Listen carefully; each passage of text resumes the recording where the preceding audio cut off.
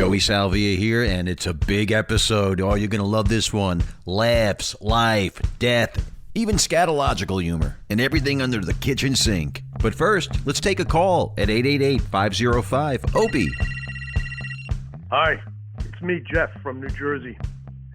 I grew up listening to Opie's dad, Don Imus. I knew all about Opie and Anthony with a little A, but I could never really go deep until I got a car with satellite radio. And then when that happened, the week Anthony was fired, it was pretty ironic. I searched and I searched for the show. I couldn't find the show.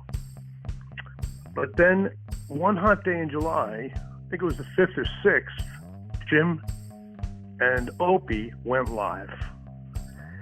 I found those shows to be mesmerizing. I've listened to every iteration of Opie's rebranding since that time. Through all the changes, the one constant has been Opie's ability to bring out the very best of those who surround him. I often wondered what I'd do when Imus retired, but I never had to worry because Opie has filled all the time left blank by Brother Don. I wish Sirius Satellite, all the best. If not for Ron Bennington, I would have canceled my account long ago. All I listen to now is Opie's podcast and, of course, Brother Weeze. Keep up the good work, man. Love the show. This is the OpieRadio podcast, live from Times Square at the Westwood One Lounge. You like that, Kelley? I like the fact that we're indoors this time. Kelley is a good friend of mine, and we decided to do a podcast very early on when I started this venture. I made you meet me in a park. And you made me walk as a fat girl. Yeah. Well, less fat, though, I say. Less fat. Every Kelley's time you less see fat. me, I'm less fat. Now with less fat. Every time. Less fat, more filling. Yeah, I made you meet me in a park, which was very, very strange. But I'm just so allergic to being in a studio. Yeah. At a radio station that it suits me way better to stay away from this atmosphere, except for this lounge that they built me here at Westwood One. I like this. I think this is cool. It's a bit on the small side. Yeah, you it's might small. you might It's need intimate. you might need to lose a few more pounds if you so you can fit in here. Oh, I fit fine. See, it's small. There's plenty of room. I'm just especially with these 900 pillows. do you like the fuzzy pillows? Yeah, they're interesting. I did not pick them. Very Pier 1. You could tell that the CEO of Westwood One is a female. Yes. Because I went to her and I said, "Look." Or a gay man. Or a gay man, right? Yeah, that's I guess. Yeah, these kind of scream gay man to me. Do they really? They do. Oh, Christ. Now I got to throw the pillows away. Not that there's anything wrong with being gay. Yeah. She says that the pillows look like pillows that a gay man would pick out there, Mikey. Mikey agrees. You agree He's with nodding. that? Turn on your mic, Mikey. That's Mike I Sappho. just got him in trouble. His girlfriend pees on him, but that's Awesome. a story for another day. Awesome. He doesn't really. Oh, really? You're into kinky shit? No, I just think that's awesome that you're into kinky shit. Really? Yeah. No, but you said awesome in a way. Awesome because Oh, that's, I think Kelley's that's into fucking some cool. kinky No, shit. No, I'm not. No? What's No, the kinkiest thing not you're into, that. Kelley? Oh man, you really think I'm going to tell you that on the air? He the gets kinkiest peed thing I'm on. into? I'm really not into kinky shit. I just really am fascinated by other people's kinky shit, though. Why would you be fascinated by it? Because it's fascinating that people like stuff like that. Especially things involving pee and poop and like. I'm I going to just defend have Mike. to wonder why. I mean, pee. Going from pee to poop. No. That's a big step. That's a big leap of faith. Yeah, but they're both equally gross, I think. I don't think there's a lot of people into the poo thing, right? No? You get on Mike. Mike. We need a ratio on that. Well, plug in. Let's I get mean, a all of a study sudden you're done. part of the podcast, so you might as well plug in. Like the urine thing is one thing, and then you graduate to the poop thing, and then what? Yeah, but don't you think it's kind of like pot? Like you start smoking pot, and then before you know it, you're on cocaine. Like with the pee, maybe you graduate to the poop eventually. A gateway Yes. sex act? Yes, pee is the gateway sex No act. fucking way, man. I think so. I did coke a million years ago. Yeah. I haven't touched the stuff, looked at the stuff, and it's been so many years I can't even put a number on it, but at least 20, maybe 25 years. But I went back to pot. after taking about 15 years off of that. Yeah. Maybe 20 years. Yeah. I think I went 20 years without smoking pot. So you're trying to tell me now I'm going to move on to cocaine? I'm saying it could be a gateway. Nah. It could be a gateway. And then what happens always. if you're into the poo thing? You just finger paint each other up? I mean, how does that work? Mike, you should know this. No, You shouldn't. Wait, let me turn you on. How do I turn your mic on? Yeah, turn him on. Mike and the P-Dog. Boo! I never did a poo, and it's never going to come to the poo, so I don't know how that's even brought up in a conversation. I think we should talk about this for the entire time. That would be great, Just wouldn't poo it? and pee. She probably doesn't want us talking about the urine thing anymore, right? She's over it. It was on the Bill Burr episode, the Eccles episode, 2 of the most downloaded episodes. Is she pissed? Pissed, get Exactly. it? She's cool. Yeah, she's cool as hell. She She's doesn't cool. care. She only cared because her whole family Yeah. and the in-laws are big Bill Burr fans. Yeah. So they all tuned into that episode, and then she was getting messages from her sister and her brother-in-law like, hey, what's the whole thing with the pee? And she's like, what are you talking about? I'm just checking in on you. And she sent me a text. I sent you the screenshot. Yeah, I know. yeah. So I had to, hey, listen, what are you going to do? She knows. I'll just say it's for the podcast. Theater of the mind. Nothing happened. We don't actually sit around and pee on each other. But wait, she's the peer and you're the receiver. No, we both correct? do. We both do. Oh, you both do it. Oh, all right. That's even more interesting. Do you stay away from the face? Oh, yeah, no face. No No face. face, No okay. face. It's, No like face. It's usually on the private areas of each other. That's what it is. And what is the purpose, may I ask? It was never really a purpose. We were in the shower one day. We were on vacation. We were in the shower. And, like, she did it, like, on my leg. I'm like, oh, that was hot. She's like, oh, I always wanted to try it. Right. I'm like, all right, let's try it. You know, you got a few drinks, we'll try it. And it really was sexy. And Yeah. I know people, it's not like you coming home and just walking over and just peeing on while she's playing a video game. It's like you're in the moment, and like it does get hot. It's a hot thing. Mikey, it's urine. Of course it's hot. Well, Okay. it starts with you putting down a gallon of water on the table. you gotta, Maybe it's go time. you got to prepare for this. It's like a game. You know when you work out, you take pre-workout. Does it sound like that? Well, you want it to be diluted. You don't want it to ever be yellow and smelly, you know? So Oh, my God. But that's what pee is. It's yellow and smelly. if you drink a gallon of water, it's just clear, so you don't even... You know, there are some people that will drink their urine because it has all the nutrients and the vitamins. Yes. It's supposed to be very healthy for you. Yes. For real. No, I know. Yeah, the whole jellyfish thing. If you get stung with a jellyfish, you're supposed to pee on yourself. Is that true? I guess. I mean, I've been stung by jellyfish. I just deal with the itch. Just deal with it. You don't resort to peeing on yourself. What? And then you would look like a fool, and then you pee on it, and then you realize it didn't work. Right? Anyway, I'm here with Kelley, my good friend, and And we're talking about pee. she did a podcast, and I made her meet me in a park, and it was a tiny little park, and then she went deep about the loss of her husband, and the episode was called Dying While Petting Kittens. What episode was that? Do you remember offhand? It was early on. Very early on. Episode 29. But thanks for playing. There was a lot of tears and a lot of... It was Laughs. a lot of laughs, a lot of tears. People really, really liked that episode. Yeah, they dug way it. more than I thought they would. Yeah. I knew you would be good for the podcast, but I had no idea, man, Yeah. because we all deal with the grief thing. And nobody talks about it, and everybody can relate. And so Right. when somebody does talk about it, especially as brutally honestly as I do, people Yeah. are often shocked by that. Absolutely. They're like, oh my God, you know. So I decided to do another podcast with Kelley because as we're walking away, she goes, "Oh my God, I forgot to tell you all the hilarious dating stories after I became a widow and all this other stuff." I'm like, "All right, well, let's give it a little time. Then you come back, and then we could talk about some fun stuff." Yeah. But for the people that don't know, you got a book out. Could you explain quickly, because we did in that podcast, for the people maybe that didn't listen to that podcast, what you're all about as far as the book and your husband? Sure. My book is called My Husband Is Not a Rainbow, and it is on Amazon right now. And it is a brutally honest, funny book, a look at grief, a look at loss, a look at love and life, and what it's like to lose somebody you love in the middle of your life. Right. Which is what happened to me. And my husband had a sudden death in July of 2011 and had a massive heart attack. And Pretty since much then, while he was petting kittens. while he was petting kittens at a PetSmart, his part-time job, hence the title of the episode last time. Brutal, right?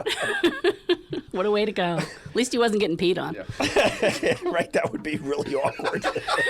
while petting a kitten. Right. At least when they found him, he had kittens licking his face. He wasn't drenched, you sick fuck, Mike. And his name is... His name is Don Shepard. Right, I should say is. A lot of people like to say his name was or whatever, but, His daddy still has a name, right? Well, I feel like when we lose our loved ones, their lives do go on no matter what you believe in with the people that are left here on Earth. Absolutely. So I talked about my dad's death, and he's been gone 14 years, and I still think about him. I still have conversations with him because I know what he would say in certain instances. So we have our conversations. Yep. Sometimes in the middle of the night, I'm convinced that I'm visiting him. I want to talk to experts about that shit because sometimes you're like, I just had a moment with my dad in the middle of in the middle of this sleep. Yeah, was that real? Yeah, because it feels real, doesn't it? It really very does. real. It really does. Yeah, that's happened to me a lot too. Really? Oh yeah. Yeah. Yeah, where you just feel like a hug, or you feel them there, you feel their presence, and you know it's real. It's not. Right. You wake up and it feels different than just a regular dream. Right. It's something more. Right. And it's hard to put into words, but it's very real. Mike, you got to get your shit together. Because if you lose someone really important, they're going to see you, with this pee thing from the other side. They're going to be like, let me check in on my boy Mike. That was my nephew. Look at that kid. He had so much promise. And I'm laying on the floor. And at that moment, when they check in, that's what you'll be doing. Yeah. They don't check in during the important accomplishments, nothing, just the pee. That's why I always, I think we talked about last time when relatives go, oh, he knows. He knows. He's still watching, out for you or whatever. He's still seeing everything. I'm like, I sure hope he's not seeing everything. I know. That's my reaction too. Right. I'm like, well, that's creepy. Yeah, exactly. So how's the book doing? The book's doing really well for an unknown author like me, who's not famous or anything. It's doing pretty well. It's selling really well, and I do a lot of book signings and things like that. I have one tonight with two fellow widowed authors, Michelle Miller and John Polo. We're doing an event at Duet Karaoke, and it's open to everybody. So come on down. It's on 53rd Street. Nice. And 7th Avenue. What kind of karaoke? We're just hosting. We just thought it would be fun to do a karaoke book signing party instead of a regular book signing. So we're just going to host it, the three of us, and we'll do, anybody can get up and do karaoke. We'll do karaoke. Right. It's have you ever been there? It's cool. It's this place where you rent private rooms to do karaoke. Oh, very and you have cool. private karaoke parties. I just died in your arms tonight. Yes. That's so what we're doing. We're going to do that song. I always hated how that song I hate started. that song. Who says it that way? Just sing. I just died in your arms tonight. Must have been something you said. Right, exactly. Man, you wrote a long book. I did. It's like 890 pages, I think. 600. It really is 600 pages? Yeah, 634, I believe. Yeah. Mike reads a book a week. Yeah? Yeah, that's intimidating. When Yeah? I see that, yeah. It's on Kindle. It's even longer on Kindle. Yeah, still But intimidating. you don't have to pick it up and be heavy. But then when you look at the bottom, you see you still have like 8,000 percentage things left. That's too intimidating, really. But I gotta say, it is long. However, every single person I've talked to, and you can look on Amazon, if you don't believe me, the reviews are like really good. Yes. And everyone's saying like it's riveting. Like I didn't think it would be riveting because it's about death, but it's riveting. I can't put it down. Like I've heard that over and over again. What makes it riveting? Why are they saying that? Because it's honest, it's funny, it's brutal. Right. It's I wrote it in real time, so the second he died, I started writing. Like that night, I started writing because I've always been a writer, so that always helped me cope. Right. And I didn't know what I was writing. I didn't know it would be a book. I just was like, I need to fucking write. And I started writing furiously that night, which turned into his eulogy, which turned into a blog, and then people started saying you need to write a book. So I did. And it's all in real time instead of, like most grief books, look back at that time. Yeah. Mine is in real time, so it follows me for like 6 years. And you just see the raw pain, and you see like a person transform and change over a few years' time. Oh, boy, the first tear. Jesus, Mike. Mike. Yeah, I got blamed. There's moisture. I'm sure you're getting hard over there. It's all Mike's fault. I see water. Control yourself over there, boy. You want her to drip on you? He's drinking water. Now he's really turned on. I feel bad because Mike's going to be my foil because, this is some tough shit. It is. This death thing is tough for everybody. Yeah. Did you watch the Bush funeral a few days ago? I did, but I got to be honest, because my husband was an Air Force vet, and his funeral, he was also a paramedic, so his funeral was Air Force, service, everybody, flags everywhere. I was handed the American flag folded up. Like it was, so I have a problem watching military or president's funerals or like the ceremony because it brings me right back to Don's funeral.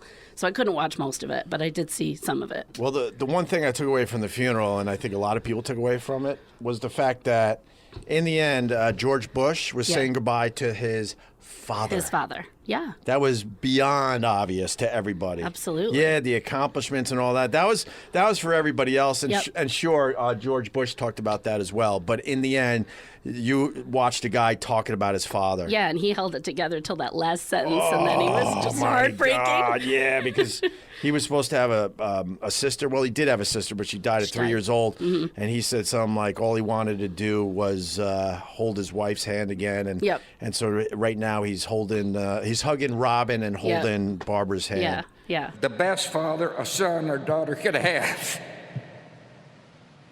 And in our grief, let us smile knowing that Dad is hugging Robin and holding Mom's hand again. Oh my God, Yeah, that I know, was it was like, brutal. That was heavy. It was but I heavy. also felt sorry for the Bushes because anyone that has gone through this, and pretty much all of us have, you don't escape this. Just reminded me of just walking around like a zombie for 3 or 4 straight days. That whole family. Yeah. I tweeted like, man, these guys need to sit down. They were standing for pretty much a week straight. Yeah, and you're like a zombie. And when it's, for me, because it was such a shocking death, I was a zombie for like a year. Right. Literally. I would wake up every morning and just be like, did this happen? Like, did this really happen? Yeah. And 7 years later, there's still days where I'm like, wow, my husband's dead. Like, Right. it just comes into my head randomly out of nowhere, Yeah. Yeah. So it's I think it's always going to be weird. Like when it's, How's his family doing with it? his family. Are they doing as well as you are? No. That's the short answer to that is no. They're pretty dysfunctional, so I don't keep in touch with most of them. He has a nephew that I love to death, and we keep in touch, and he has a half-sister that I keep in touch with. But other than that, they're kind of not in the picture. Really? Yeah. Yeah, Don was kind of adopted by my family because my family loved him, you know, and his family was never very... Yeah. They just weren't in the picture. Gotcha. Yeah.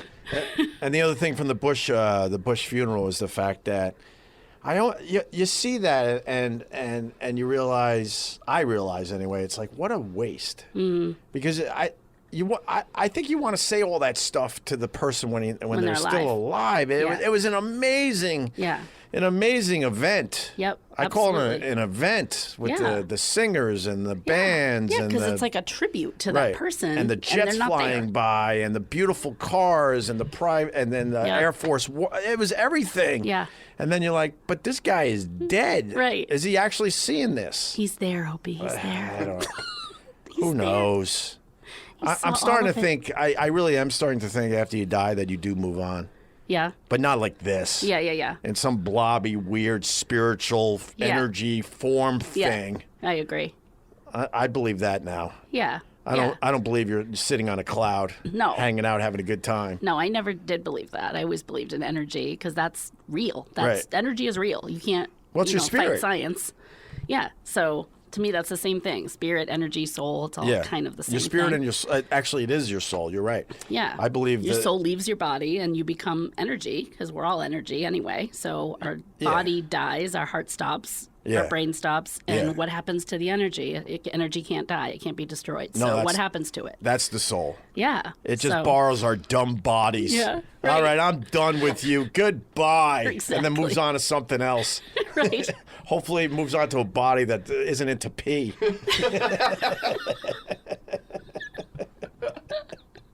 I promise this will be the last time It's okay. I got it with you. You know it's not, just right? too. No, I'm an easy crutch right now. I know. It's just too good, though. It's just too good. Oh, wow.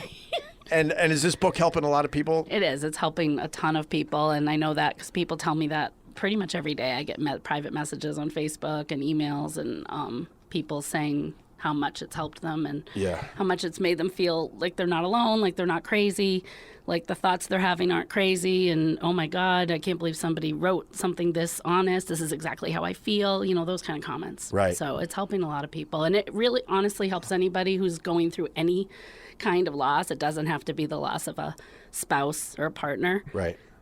Any kind of loss. If you read this book, it's a great gift to give somebody. If you go to Amazon and order it for somebody else, like for Christmas or something, it's a great gift for somebody else who's going through a loss. Like, people ask me all the time, what can I do? Yeah. My best friend lost her husband or whatever. What do I say? What do I do? I don't know what to say. You can give them resources. You can say, I don't get this, what you're going through, but this woman does, and she wrote a book about it. I'm going to gift it to you. Get them a copy. Well, it's good to know my elders are watching me from above. I hope my Uncle Carmine is getting a thrill as I click furiously through YouPorn. And Mikey, put this on your weekly reading list. Podcasting for Dummies. By the way, we'll leave a link to Kelley's amazing book, My Husband Is Not a Rainbow, in the description of this episode. Now let's take care of a little official business, Gregg. This episode is brought to you by the National Highway Traffic Safety Administration. NHTSA is working hard to change habits and save lives during the holiday season. Everyone knows about the risks of driving drunk. You could get in a crash, people could get hurt or killed, but let's take a moment to look at some surprising statistics. Almost 29 people in the United States die every day in alcohol-impaired vehicle crashes. That's one person every 50 minutes. Even though drunk driving fatalities have fallen by a third in the last 3 decades, drunk driving crashes still claim more than 10,000 lives each year. Many people are unaware that driving while high can be just as dangerous. In 2015, 42% of drivers killed in crashes tested positive for drugs. Not so harmless after all, is it? And get this, from 2007 to 2015, marijuana use among drivers killed in crashes doubled. The truth is, driving while high is deadly. So stop kidding yourself. If you're impaired from alcohol or drugs, don't get behind the wheel. If you feel different, you drive different. Drive high, get a DUI. Drive sober or get pulled over. OpieRadio. Back to Gregg's conversation with Kelley Lynn and her advice on dealing with the death of a loved one. Gregg? What's the one thing you could say to someone that lost someone? Like it just happened. Like it just happened? Yeah. What's the one thing you could say to somebody, you think? Do I know this person well? No, really. Why? Is there a difference? Yeah. Because if you don't know somebody at all, if it's just like an acquaintance, and they just lost somebody, what you would say would be different than if it's like your best friend that just lost somebody. Yeah. You know what I mean? I always just say, hang on, it does get better. Yeah. That's all you could say. That's really all you can say. Is just hang on, it will get better. Yeah, and it will become something different. Yes. Right? Yes, absolutely. But I think when it just happened, that might even be too much for some people to hear. I mean, I think that's a good thing to say. Don't get me wrong. But I think people in the fog won't necessarily hear that. It'll just kind of go in one ear and out the other. Right. A few months down the road, that's a great thing to say. Right. But right away, I would just be there for them and just tell them that you're going to be there for them and then do it, follow through, and do specific things. Like, that's what I always tell people. Like, don't just give a vague thing like, oh, call me anytime, because then you're putting that person in the position where they have to call you and they have to make the move. And people who are grieving don't have the energy to do that, and they don't know what they want or need. Yeah. So do something specific. Next Wednesday night, if it's okay with you, I'm going to take you out for dinner, or, I'm going to put some frozen meals in your freezer. I'm going to take your kids to the park, whatever it is. Right. For that situation. So you shouldn't say whatever you need, man. No. Call me anytime, day or night. That's just day or night. But in all fairness, the people mean well, but sometimes they do, but I think they're, they can't wait to move on. Yes. They can't wait to get back in their car and drive away from the funeral home. Absolutely. So imagine if I did call that person that says, call me anytime, day or night. 5 months later, I'm calling them, hello? 4 a.m. Yeah. You said call anytime. Because we all want to avoid that shit. Absolutely. At all Nobody costs. wants to talk about it. Although in Mexico, they're a little weird down there. They really celebrate. They celebrate it. They just celebrate death. Yeah. that Coco movie I had to bring my kids to. I'm like, this is creepy, man. But it's their culture. Like, they hang out in the graveyards and dance and bring food, and it's a huge celebration. They celebrate the dead. Yeah.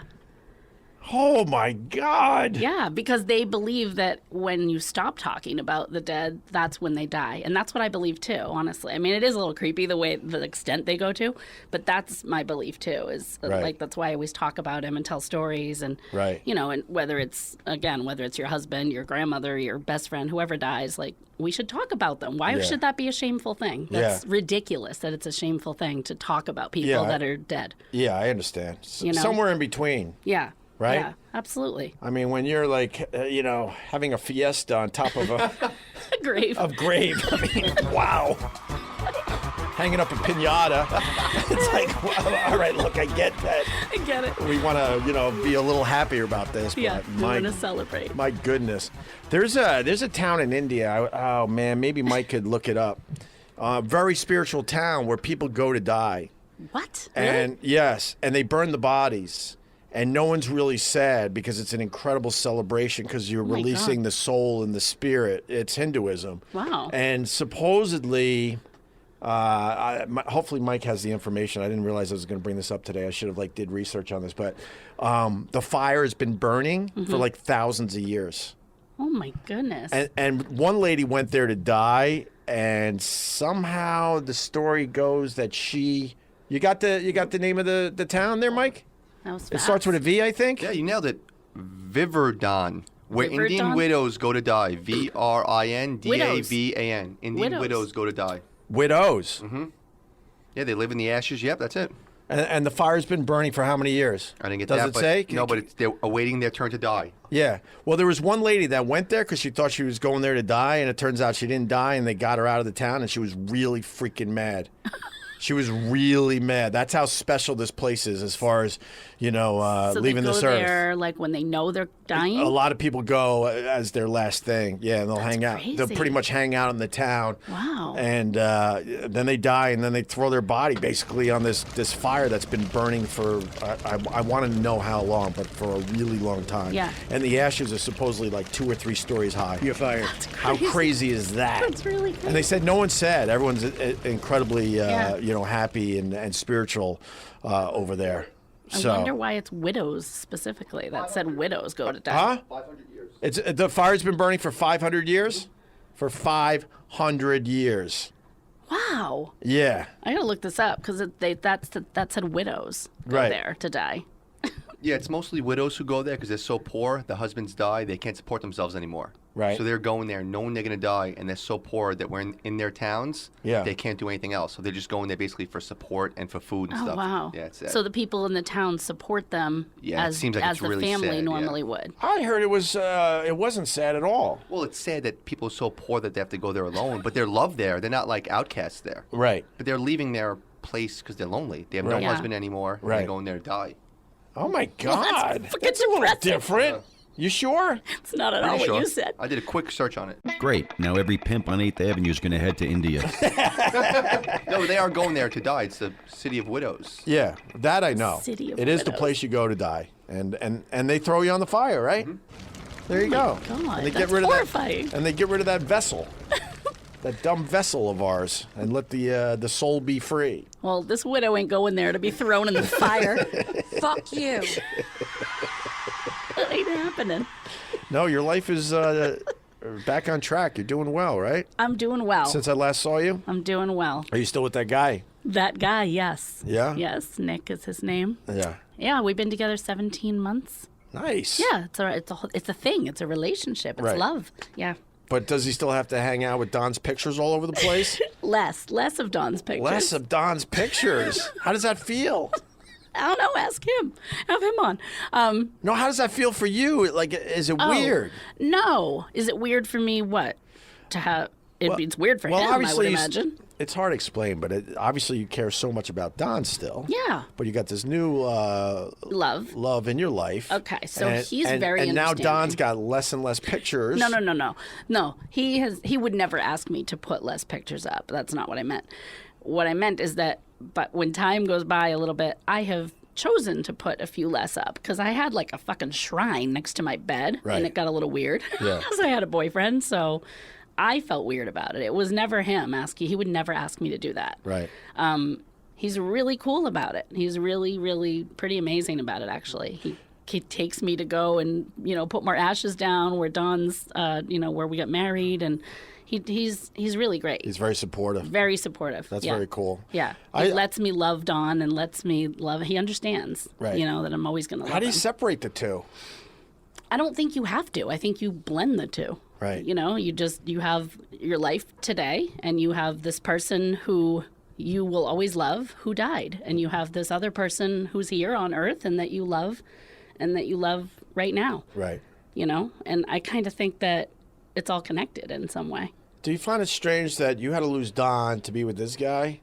Yeah. Because I bet you at this point you can't imagine your life without the new guy. Correct. But to get to that point, you lost something that was meant more than anything in the entire world. Yeah, but I don't believe that like one happened in order to get to the other, if that makes sense. Sure. I just believe that it happened because of the way I live my life. Like I opened my heart again to the idea of love, and I found somebody that will allow me to keep loving the other person. And I got to say it, but it is the truth. Like Don would have wanted that. I totally would. I know that's something that a lot of people say and use, but in this case, he would have wanted you to find happiness past this horrific event. Totally. Yeah.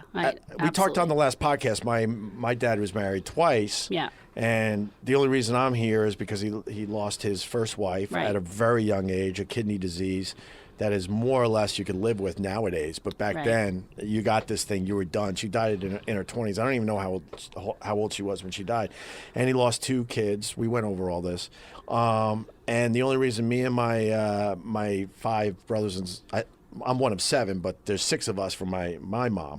The only reason we're all here is because he went through all that. Right. So we got drunk one night, and I go, Dad, come on, it's time to talk. Like, because he never talked about her or his past life before my mom. And I go, come on, it's time to talk. Yeah. How do you wrap your head around all this? And he's like, yeah, I can't imagine my life without you and the rest of the kids and stuff. I just look at it as 2 different lives, which was fascinating to me. I do too. It's like, absolutely. And I'm like a different person than I was when I was with Don. Right. Because loss changes you so much. Right. The loss of the person you love changes you entirely. So I'm like a different person now. And the person I am today has Nick. And the person I was then had Don. That's how I see it too. Right. That makes sense. Yeah. But before Nick... Yes. You're a widow. And how long did it take before you started dating? I waited a really long time. I just wasn't interested for a long time. I waited 5 years. You went 5 years? Yeah, I didn't kiss anyone. I didn't have sex with anyone. I didn't do anything. Nothing. I was not interested. I can't even tell you how disgusted I was by the idea. Did you? That's in the book. What? Diddling? Did I diddle? Did I pee on myself? Is that what you're asking? Wait, it's in the book? It is in the book about how awkward that was. So to answer your question, you asking me if I masturbated? Yes. We're adults here. So this is such a weird answer, but it's the truth, and this is how brutally honest my book is. I tried for a long time, and I kept... It's so fucking depressing, but I kept like stopping. I couldn't complete because I was so depressed. Like I would start off and then to get turned on, I would think about my husband and then I'd be like, but he's fucking dead. Like, and then I'd get depressed and then I would just start crying and then I would stop. Oh my God. So it was a nightmare. So, oh my God. So I couldn't like even pleasure. I couldn't do anything. You're getting moisture in the wrong part of your body. Yeah, exactly. I should have tried peeing. Wow, really? Yeah. So you're oh my. Yeah, and like that's so the stuff sad. nobody talks about. And like when I wrote that in the book, I'm telling you, so many people messaged me and said, "Oh my God, like that happened to me too." And right. But couldn't you think of like the garbage man or somebody else? Why did it have to be your dead husband? I don't. That's what would come into my mind. That's what would come into my mind. Well, what about some other fantasy? But all my fantasies were of us because we had such a great life together. Wow. And he loved Christmas, by the way. He did. Loved. So this is extra sad. Yes. Yes. He did love Christmas. Yes. I love Christmas. Well, I love Christmas now that I have kids. Yeah. I went a long time not really giving a shit about it. I thought it was just a big pain in the ass. Yeah. I really did. It can be. I'm like, why am I walking around this mall trying to find shit? But even like a year, 2 years after he died, a guy would flirt with me or whatever, and I would turn the corner and literally get sick to my stomach. Like the idea of someone else made me so sick. Like it made me nauseous. Wow. And I was that way for 3 or 4 years. And then I started dating around the 5th year. 5 years. No kidding. Yeah, and I had a relationship the 5th year, which was with a widower, and it was horrible. He was a hoarder and a liar and cheater, and he was just a bad person. Well, you got to start somewhere. Got to start somewhere, so he did not pee on me, so... If you could avoid the bags of cat shit that he was collecting in the hallway, right. He's not a bad guy. It's not a bad guy. No, so why did you have a relarelationship with him? And when did you realize because this is ridiculous? Because I made a fucking mistake, and I didn't know what the hell I was doing, and I just chose the wrong person, and but he was like my first time and my whatever after Dawn, after the death, and so it was very weird. While we all still have an image in our heads of the new boyfriend Nick, the saint, in missionary position over Kelley in the old wedding bed, with a giant picture of her late husband Don still on the wall, most likely giving a paranormal reach around to Nick, let's talk about the world's greatest mattress, Gregg. Oh yeah, Purple Mattress. Mikey, you know why I like Purple Mattress, right? Oh, I know. They finally came through and they got Carl a purple mattress for the creepy cabin. Oh yeah. Carl's getting things done at the stabbing cabin with the purple mattress. Good for you, Carl. Good for you. I'll tell you why I like Purple Mattress besides the fact that Carl got a brand new mattress. If you're struggling to get a good night's sleep, you've got to try a Purple Mattress. The Purple Mattress will probably feel different than anything you've ever experienced because it uses the brand new material that was developed by an actual rocket scientist. It was not like the memory foam I'm used to and you're used to. The purple material feels very unique because it's both firm and soft at the same time, so it keeps everything supported while feeling really comfortable. Plus, it's breathable, so it sleeps cool. And check this out, 100-night risk-free trial. If you're not fully satisfied, you can return your mattress for a full refund. Backed by a 10-year warranty, free shipping and returns. It's Purple Mattress. Let me just say this. If you're really enjoying this podcast, Opie, actually I'm going to use my real name, Gregg Hughes, would really appreciate it if you got a Purple Mattress the next time you're in the market for a new mattress, okay? I'd really appreciate it. Support the sponsors, you bitch. You could say bitch these days, right? I mean, I love the women, but when you say bitch, it's a female thing, isn't it? I'm so confused by the new rules out there. My God. No, seriously, though, if you like the podcast, please support the sponsors, especially Purple Mattress. You're going to love Purple, and right now, our listeners will get a free Purple pillow with the purchase of a mattress. That's in addition to the great free gifts they're offering site-wide. All you have to do is text Opie, OPIE, to 474747. The only way to get this free pillow is text Opie at 474747. That's Opie to 474747. Message and data rates may apply. Purple Mattress, once again, thanks for getting Carl a mattress. Really appreciate it. Later on, we'll get to your calls at 888-505-OPIE. But back to Gregg, who is now fixated on Kelley's first guy after Don, the Hoarder. Can I ask you about the Hoarder a little bit more? Yeah, sure. What did he, what was his thing? Everything. Like, everything on Earth was in his house. Garbage, so he could have been food. He could have been on the show? What? The Hoarding show? Yeah. Oh, yeah. Oh, yeah. Did he have Hell pathways and all that? Yeah. Oh, yeah. And he hid it from me. I'm like obsessed I didn't with know. hoarders. I didn't know he was a hoarder because he would always make up an excuse of why we couldn't hang out at his house, so we would hang out at my apartment. This is when I was still living in New York. Yeah. And so I'd be like, all right, we'll go back to my place. And we're always at my place. I'm like, can I come to your house? And I started thinking, like, dude, are you married? Right. And because he was telling me his wife was dead too. And I'm like, I think you're married. And he's like, no, I'm not married. So then finally he was like, all right, I'll let you come see my house. And he was all embarrassed. And he was like, please don't leave me. Like before he opened the door to his house, he was like, please don't leave me no matter what you see in here.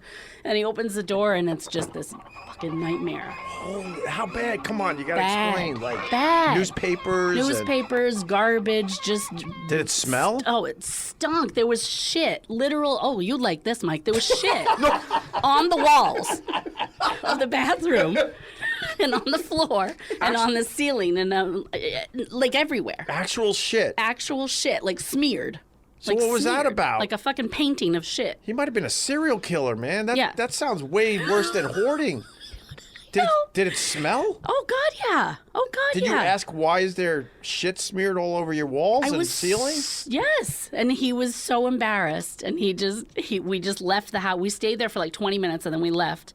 And we just like went out to dinner and left the house and went somewhere else. And I was like, I'm never going back there again. You need to take care of that shit.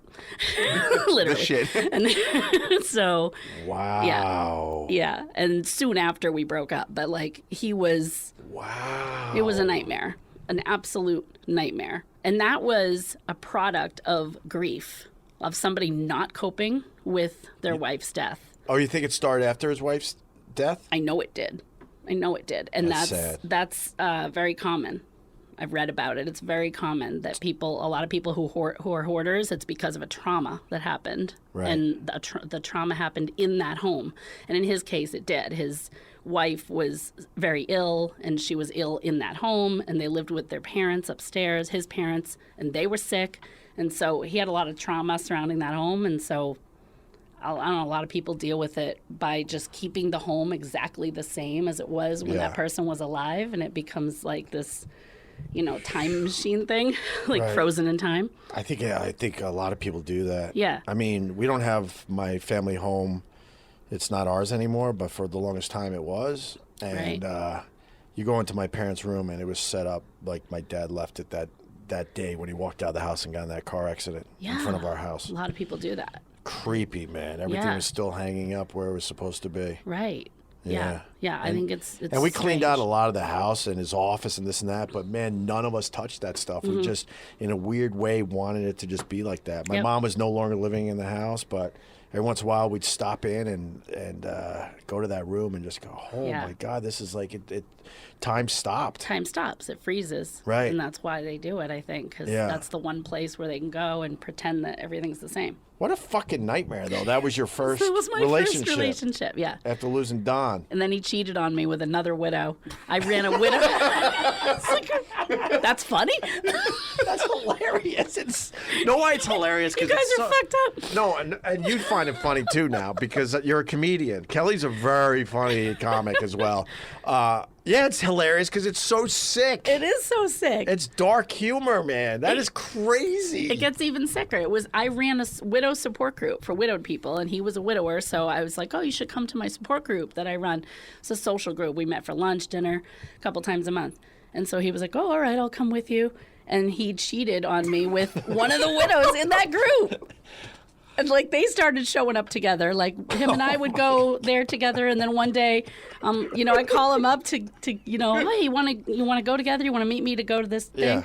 Oh, I'm busy. And then he shows up with this other widow, and they're sitting together, and she's rubbing his leg right next to me. Why would they go there? Find another group, you sick fucks.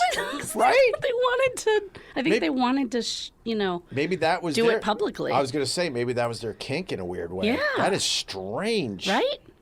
Yeah. Well, you're obviously people have weird kinks. Obviously, you're better off without that guy. Oh yeah. Oh yeah. God. It was even when I was with him. Literally, the first day that our first date, I knew he was wrong for me, and I knew it was awful.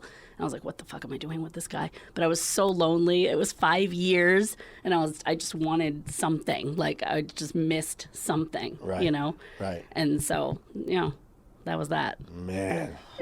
And then I went into the world of dating. What sites did you use? I feel bad for anyone who has to use any of these sites. Oh, by the way. I used them all. You did? Yeah. Okay, I used OkCupid. Okay, that's where I met my. Well, I'm proposing to her in 2 days. No. So my future wife, yeah. And she knows this? Doesn't know this? This will be out after I propose. Okay. I was like, oh my God, you just gave it away. Oh, how cool is that? Yeah. That's awesome. Congratulations. Thank you. How do you know how you're doing it? Does it involve pee? No, maybe afterwards to celebrate. You got to tell the story about the diamonds, man. Oh, I got lucky isn't the word. She's Filipino, and her mom, her sister are anti-diamonds. They won't wear diamonds. Blood diamonds. Yeah. Wow. Yes. So we were away in January of this year, and I'm like, I'd marry you any day. I want to marry you right now. And she would always be like, where's my ring? I'm like, you want the truth? I'm cheap with certain stuff. I just can't spend that much money on an engagement ring. And she's like, I won't wear a real diamond. I only want a moissanite. So I thought she was bullshitting me. Right. Of course it's a moissanite. Moissanite. Yeah, so I hit up her sister, her mom, and they're like, dude, don't even get her diamond setting. So right when I heard that, I know I had to lock it down. Wow. And that was in January. I'm like, let me see what you even like. And I took 3 pictures of it, never mentioned it again, and I'm proposing in 2 days. And how much is it costing you? Not a lot at all. Let's just say pennies on the dollar. Oh, yeah. Like nothing, right? Nothing. Isn't that amazing? That's awesome. Oh, I'm so lucky, I know. I'm so excited. Yeah, it's cool. For you. Congratulations, Mike. Thank you. So OkCupid, because I was on OkCupid. Plenty of Fish, which is where I met Nick. Oof, okay. I know. That went downhill Believe quick. me. It was good early on and went downhill quick. Wait, what's the problem with Plenty of Fish and OkCupid? Like, They're explain all a these. crapshoot. They're all a crapshoot. Yeah, but I felt, because I was on Plenty of Fish, OkCupid, and then Tinder and Bumble. I was on all of them. I was on Bumble and I was on So let's explain. Zoosk. Zoosk. I never heard of that one. You know what Tinder is, obviously. It's a swiping. I know all of them, but what's the difference? The one good thing with Bumble is if we swiped, the girl has to write to you first. Yeah. So that was a good one. The women are in control on Bumble. Yeah, which is good. Plenty of Fish, it just got grimy and it got very prostitute-y on the guy's end.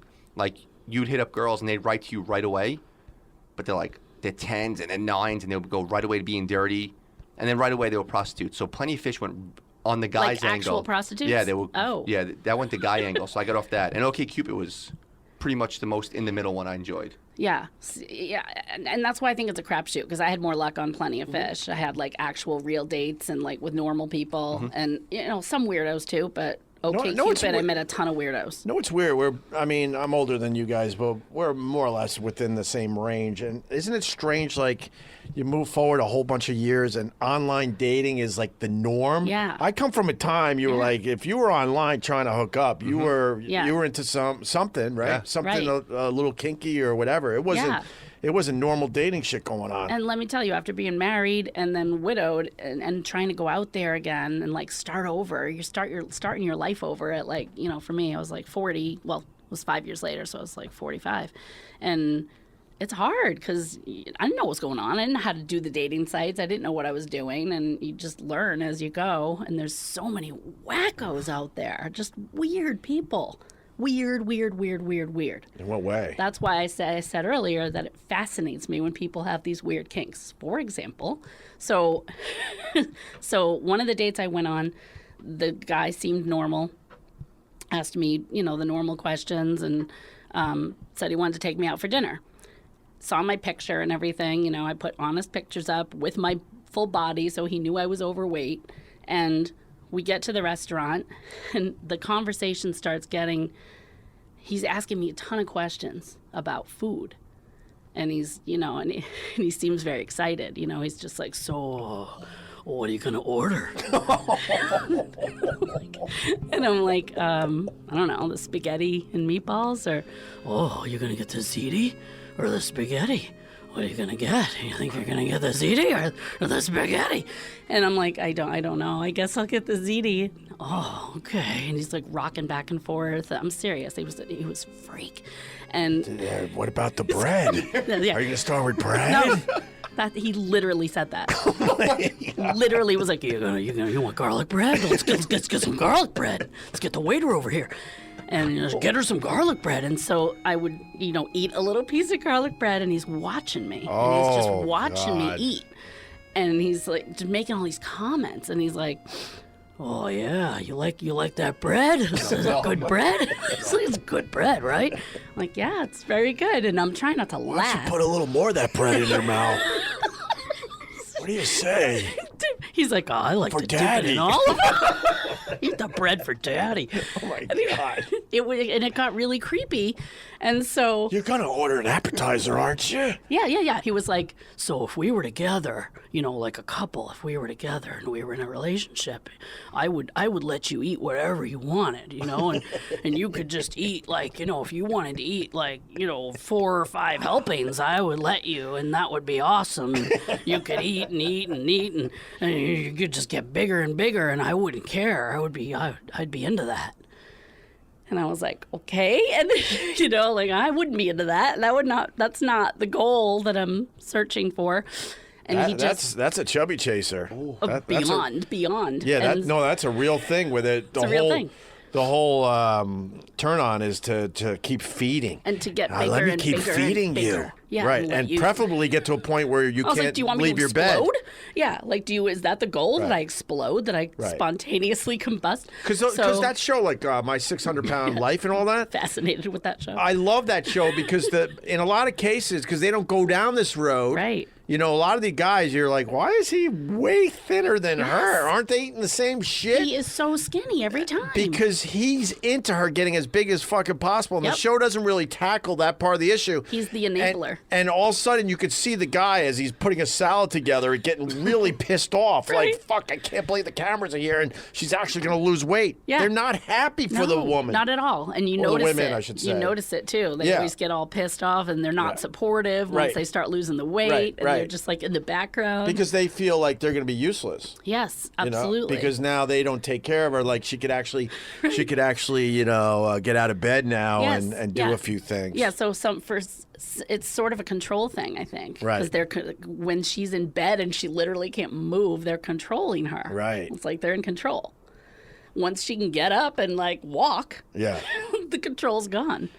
So Did this you is how play the into story his ends. fantasy? I could not stop. I would have played into the fantasy just to. He was so Would you creepy. have played into the fantasy, Mike, for a little bit? Especially you're on the date now. Yeah. I've been on shitty dates. You have to just go with it, make Right. it fun. I'm not. Right. I'm telling you the truth. I think I would play around with a little bit out of the curiosity factor. Yeah, I think now I would, but this was one of my first dates after Don died. Like this and I guy, was like, I'm being you now. This guy's getting turned on by me eating garlic nuts. Wow, what the hell? I'll eat a whole basket of this shit and see what happens next. Right? but he was so fucking creepy that Was that his voice too? That was his voice. It was literally like, Oh yeah, so you're gonna eat that bread. And so he goes, You're gonna get dessert? Are you gonna get dessert? and I'm like, sure. And that in my head, I was thinking, okay, I'm gonna escape now. So I'm like, I gotta go to the restroom. So I went out and pretended to use the restroom and I think I called one of my friends and just told her, like, you're not gonna believe what's going on here. I just had to tell somebody. And then my plan was to get the fuck out of there. So as I was walking back to the table, his table was he wasn't facing me, so I could see the back of him, and you could just see the back side of him, and he's just jerking off under the table, and you could just see him shaking. Come shaking on. like this. I swear, he's jerking off at the table. What kind of restaurant did he take it to? And no one else is noticing this. There was no one in there. I swear, I think he's done this before. You want to talk about now? I know why all those tables are wobbly. Right.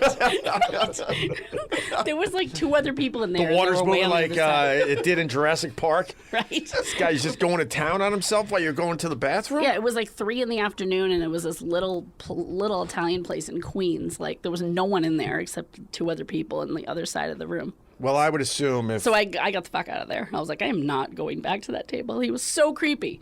I would assume that the guy, obviously, this is obviously his thing. So he figured out which restaurant, Yes. what seat, what time, Yep. that he could do all of that. Yes, and he was totally normal, in our conversation before the date. Otherwise, obviously, I wouldn't have gone. But that's why, kink like that, fascinates me. It just fascinates me that the shit people are into. It's like, where does that come from? You know, I just always feel like most of that must come from some sort of weirdness that went on in your childhood, or I don't know. I have a theory. I think it's some innocent thing that happened to you as a kid, and then something just boink in your head. That's why I'm like so paranoid not to do stupid shit in front of my kids. Right? I think the foot fetish thing is you spend a lot of time on the floor and there's mommy with her bare feet, and somehow, you know, that connected with you. Becomes a thing. Right. Yeah. You know, all of a sudden you think you're doing right by your kids by disciplining them and giving them a bare bottom spanking, and next thing you know, that's their kink when they get older. I don't know, but I feel like there's some kind of connection between you know, early childhood and then what your sexual thing becomes. That makes sense. Whether it's innocent or sometimes not innocent. Like Unfortunately, sometimes abuse or something like that. I was trying to keep that out of the discussion to keep it more fun, but yes, you're right. But I really believe that a lot of that innocent stuff where you're thinking nothing of it, and then, you know, fast forward, the kid is now, you know, an adult or a teenager or whatever, and that becomes their thing. Yeah. I had another guy with an extreme foot fetish that kept messaging me, asking for pictures of my feet, and I'm like, dude, I'm just not into the whole foot thing. Can you let it go? And he's like, I want to come to your apartment and clean your apartment. And he's like, and I'll pay you to clean your apartment, but you have to let me suck your toes. And I'm like, dude, you can clean my apartment. That'd be fucking awesome, but stay the fuck away from my feet. I don't want you touching my feet. And he wouldn't do it unless I would agree to the foot part. So I was like, yeah, no thanks. But I was going to have him come over and clean my apartment. I think for a clean apartment, you should have let him clean your feet. I can't. You got ugly feet. I just hate feet. I don't get the foot thing. I hate feet. I don't get it. Yeah. But if you want to do it to you, why not? Like, who cares about that? just If you're not gross me doing out. anything, you're just sitting there. That would gross me out. All right. I don't know. It grosses me out. Oh, Mike. No, I'm not into feet at all. Mikey! No. You want him to come to your place? But I'm curious, like, if Suck you're just your sitting there, who toes. cares? If he gets off by licking your feet, Oh, I don't think I could sit through it. When you were going on these weird I'd probably dates, kick him in the face. were you cursing your ex-husband Don there, Oh, going, yeah. "Fuck Don"? Yes, I was like, what do you know what I'm dealing with now? Yeah, every day. I was like, what the fuck is this? Is this what I have to look forward to? And I gave up so many times. I took breaks, like, from the dating site. and then you relapsed, right? And you Oh, I relapse. relapsed so many times. Yeah. I took breaks. Like, I was like, I can't do this anymore. These dates suck. Like, there was just nothing good happening. All weirdos or people that it seems like it's going somewhere. I had like 4 of those in a row, literally, where it seemed like it was a good relationship and we were getting along well. And it was, 2 months, 3 months, and somewhere in that range. And then they just ghost you. They just totally disappear. No explanation, no anything. Wow. And that happened like 3 times in a row to me. What's that about, Mike? There's so many options It's a out there. thing. But online dating's it's sucky because Are they keeping all their balls in the air? Yeah, that's what it is. And then all of a sudden they're I like, guess. oh wait, I like this one better. But, But I'm not. but I'm talking about like it was an actual relationship. Like we were together. We were, Right. what they weren't like with other people. It was all of a sudden they just disappear. Well, here's what would happen. I'd be dating a girl, say, for 2 months. Things would be going great. And then we don't hang out for 3 days. It's not like cheating where you go to a bar and you have to hit on girls. You can literally open the app and just swipe to 20 people or reactivate your account and you have 20 new messages from 20. So if you're dating, just say a blonde girl and you're like, oh, I want to hook up with a different girl on your... It's kind of like fetishizing it because so you can easy. you reactivate your account, you're getting 20 new messages from girls who wrote to you. Yeah. And then as a guy, guys don't get 20 messages from girls. 20 girls don't hit on you in the bar. Right. It was just so easy to just try new things. It was... The younger generation in my family, I got to keep this a little vague. Really good kid, young, 19-ish, had a girlfriend for 2 or 3 years, and they broke up. And I'm thinking, like, I know how much he cared about her, and it was a good relationship. And it brings me back to when I first started dating around that age, 18, 19. I was a late bloomer, and I remember the time I was devastated by a breakup, right? So I go to my, fuck it, I'll say my brother-in-law. I go to my brother-in-law. I'm like, how's he doing with the breakup? He's like, he discovered the apps. He's good. He's fine. He is so happy that he's single. And I thought to myself, this younger generation, how the hell are they going to settle down? Yeah. If you got this at your fingertips. It's impossible. Yeah. It's scary. It really is. It's scary. It Right. is. But he laughed at me openly, like you should see what he's doing now. Yeah. And you want to know what And else? he goes, and he told me, just so I could finish this, he told me, he goes, they're all doing it, all his friends. Yeah. They're all like, and not in his case, somebody else, and this is the truth. I'm not throwing you off the scent here, but I talked to, I can't say who I talked to, but I think I might have mentioned it in the podcast, but they said, like, these kids today, you know, we would wine and dine you, have a few drinks, you want to go out Not to anymore. dinner, this and that, right? Now it's like, here's my tits, here's my dick.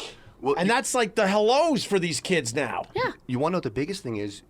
Kelley, you and I would say yes to each other. We'd start texting. We might not meet for 3 days, but it's 3 days of texting, and it's like it eventually leads to the flirting. Yep. Oh, where'd you just go on vacation? Let me see a bikini picture. Oh, Yep. and then so the first time you meet, you've Yeah. seen them basically naked already. Right. You've talked for 3 days straight. Yep. And you're already like, okay, let's go for drinks. Yeah. What else is there? Yeah, you've had all the flirtations. yeah. You've had the the cyber sex sometimes. Everything, yeah. The sexting, whatever it is. Yeah. I gotta say though, part of that isn't bad. Because I think a lot of people, I think the divorce rate is so high because I think a lot of people just simply settle. You know, they have that first person that's into them, and I think most people that end up getting divorced, they already know that it wasn't right. But they didn't have anything else going on, so we call it settling. And next thing you know, obviously it's going to go bad because you really truly weren't made for each other. Now with the dating apps, and you can go through some numbers and really understand what you're into. What is bad about it, though, I think, is the there's way certainly that, a bad side, yes. Well, I think it's the way that people just like delete each other from their life. You know, it's like you just discard somebody so quickly. You know, because of the online thing. Sadly, that's the world we live in, though. Yeah, yeah. Right? Yeah. No one gives a fuck about anybody. Yeah. It's crazy. sad. I think it's sad. I think it's sad, too. You know. I'm a bit old-fashioned. Yeah, and I definitely miss, Like that asshole should at least said, hey, man, it was going well, but say something. Right. I'm having second thoughts. I'm still thinking about my, Yeah. my My loved one or ex-girlfriend or whatever. whatever. Yeah. Yeah. Or really be honest and go, guess what? I found somebody else. Yeah, yeah. But and to just ghost you I never heard that term before. Oh, yeah, that's a whole, it's a term, ghosting. Yeah. That's like, in the online dating world, it's a thing. Right. And it happens all the time to everybody. And the reason they do it is because they can, but also because they don't want to deal with you face to face, and they don't have to. So Right. they just disappear. Right. You know, they don't want to confront that. Well, they no don't want one- to say, like, oh, they just don't want to. No one likes to confront. No. And if they do, they'll break up over a text. Like they don't call, they don't, you don't sit down for dinner and like have a conversation. It's just you get this random text like, yeah, sorry to do it this way, but this isn't going to work out. I got a couple of those too after Wow. 2-3 months. I'm like, Wow. what? Really? This is how you're doing it? Right. Yeah, sorry. So then you have to go back Have to a nice life. That's what I got. Have a nice life. I'm like, what is this, my high school yearbook? have a nice life. Have a nice life. And all of a sudden now you're looking up the guy that wants to watch you eat. I gotta go backwards. I gotta do another meal with that sick fuck. Get my bearings together. Things never got that bad. Right. Any other crazy dates in that world? Those two are the. Those are pretty crazy, right? Yeah. I had a lot of crazy. Yeah, those are. I talked to a lot of crazy people, not necessarily had like one as far as the dates, but I talked to a lot of really bizarre, just weird people. The place I met the most bizarre people was when I was working for, I did like phone sex for a few years in the city. Wow. This was like 10 years ago or longer, 15 years ago. For Were you like with 3 Don? years. Yeah, he knew. When you were thought dating? It was hilarious. I thought it was when I met him, like, because him and I met long distance years ago in 1998 in a music chat room. That's how we met. In an AOL music chat room about 1980s song lyrics. It was very innocent. That's how Don that's and I why met. you knew the cutting crew. Oh, yeah. Oh, I'm huge with 80s lyrics. I love 80s lyrics. Give me one, man. What's your favorite 80s lyrics? Poor old Johnny Ryan. You know that, right? Yes. Come on, Eileen. Dexy's Midnight Runners. What the fuck are they saying? Subaru. I have no clue what the hell they're saying. It's like something about a Subaru.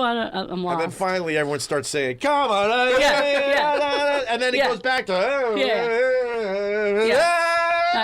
I do a whole bit about 80s music. Give me another one, man. Okay, the you other got a one. nice audience here. They would love to hear this. I love 80s Fucking music. go off track for a little bit. The other one is, one of my favorites is the Safety Dance, Yeah. Men Without Hats. Yes. If you've ever really listened to the lyrics in that song, they're kind of fucked up. Yeah. You can dance if you want to. You can leave your friends behind because your friends don't dance, and if they don't dance, well, they're no friends of mine. What the fuck is that? No reason to get so aggressive. Relax. Right, like the fuck kind of Nazi song is that? So true. Like, excuse me, do you dance? No? Well, fuck you! Right. Like, what are you getting so angry at? Right. They're no friends of mine. All right, dude, we don't have to dance. Right. We can go bowling. I fucking sprained my ankle. Give me a break here. I don't dance. Relax. Oh my God, I never looked at it that There's way. other things we can do besides dance. Because to me it was just a happy tune, but now Yeah. that you put it that way, yeah. The lyrics are totally This guy has a problem. fucked up. Right. Yes, he has a problem. Why is he so obsessed with dancing? Right. Jesse's Girl is another favorite because it has the worst rhyme scheme of all time. The worst rhyming lyric. I think it's so dirty when they start talking cute. Wanna tell her that I love her, but the point is probably moot. Moot? Like, who the fuck says moot? Why would it be moot? Who says moot in Right. any situation? Like, have Right. you ever heard someone actually say No. moot in a normal conversation? No, of course not. And that lyric does not fit. It doesn't fit. There's too many fucking syllables. Yeah. Doesn't fit. So it's a horrible lyric. Yeah. I don't like We used to that call one. that shoehorning. Shoehorning? Yeah, where you're adding In the DJ days? too many words in there. Too many words. So you're shoehorning an extra word or two. Yeah, in and there. it doesn't work. Yeah. It doesn't work. Wanna tell her that I love her, but the point is probably moot. It doesn't work. There's way too many, like 6 too many syllables. What a nerd. That's why she doesn't love you. I You're love using 80s words music. like moot. I love 80s music. Casey Kasem. Mm-hmm. He was my favorite. Yeah. Well, when I started really getting into radio, I would listen to a lot of Casey Kasem in my room. Yeah, he was the best. The long distance dedications. And now it's time for our long distance dedication. Right. Wow. I do a good Casey. Not bad for a female. A viewer writes, Right. Dear Casey, a friend and I were playing in the forest. That night on the news, we saw that there was a forest fire in that same forest. We were blamed, but we didn't start the fire. Could you please play Billy Joel's We Didn't Start the Fire? He's a liar. It's the kind of shit he would Yeah, do. Casey Kasem was just a liar. He would just make shit up. Right. He wanted to play We Didn't Start the Fire, Right, so like right. he wrote a little Yeah, letter. yeah, yeah. He would just like Who the make hell would make write shit in up. and a letter like that? Ponderous. Fucking ponderous. And the famous, dead dog dedication. Yes, right. Maybe Joey will fit it in somewhere on Right, exactly. during this episode, but that's my favorite of all time. As he was like trying to do the dead dog dedication, That was and the then best. he was And then he just losing, flips out. and then goes right back to being right back. somber again Yeah. over the dead dog. Right? What did he say? Where are those pictures? Yeah. Where are those pictures I asked for? And he's just screaming at his whole staff, and then goes, "Hi, I'm Casey." Hi, I'm Casey Kasem. This one's about a little dog named Snuggles. Snuggles. Oh God, we used to play this all the time, and I don't I know. remember all Goddamn of- dog dedication. Yeah. Yes. So you met Don, and Talking about a friggin' dog. Well, it's taken 65 episodes, Gregg, but we finally reached my all-time favorite YouTube video. Dear Casey, this may seem to be a strange dedication request, but I'm quite sincere, and it'll mean a lot if you play it. Recently, there was a death in our family. He was a little dog named Snuggles. From coming out of the record. Play the record, okay?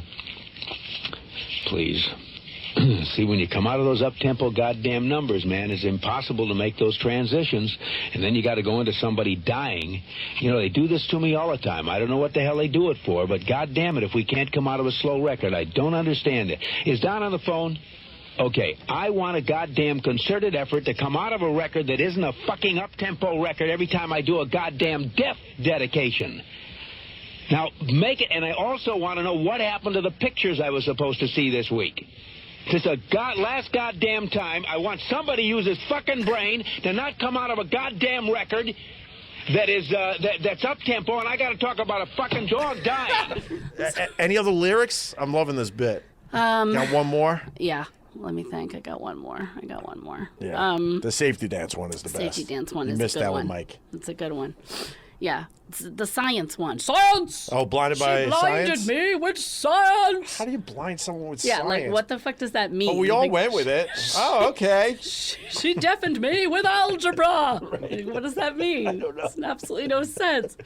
Maybe a beaker exploded. She paralyzed me with conversational Spanish. Just a weird song. There she goes again. She blinded me with science. Dude was Thomas weird. Dolby. Thomas Dolby. You know what his other song was? No, I don't know that one. About a submarine. My submarine is missing. What? One of our submarines. Yeah, one of our submarines is missing. I have no clue what that song is. Yeah, so. I only know science. Science! So you met Don in an 80s chat room about 80s lyrics. An AOL Right. 1980s chat room. Damn. Yeah. Yeah. Long ago in 1998. So you guys, so you met long distance. Where was he Long from distance. originally? Florida. Florida. And then Yeah. he moved up to New York to be with you. 7 years later. We had a 7-year long distance relationship. And then he moved up to be here with me. Were you guys in New York. diddling on the phone and stuff? Yeah. The phones? Yeah. The phone sex? Yeah, because I can't imagine, like, back Yeah. then you had a lot of money to go back and forth to Florida. We did go back and get forth that to dick. Florida.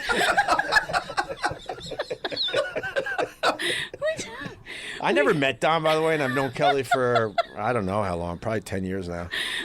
No, yeah, probably, no. Yes, because- whatever, but I Yeah. feel like I know the guy, which Yeah. means she does a good job.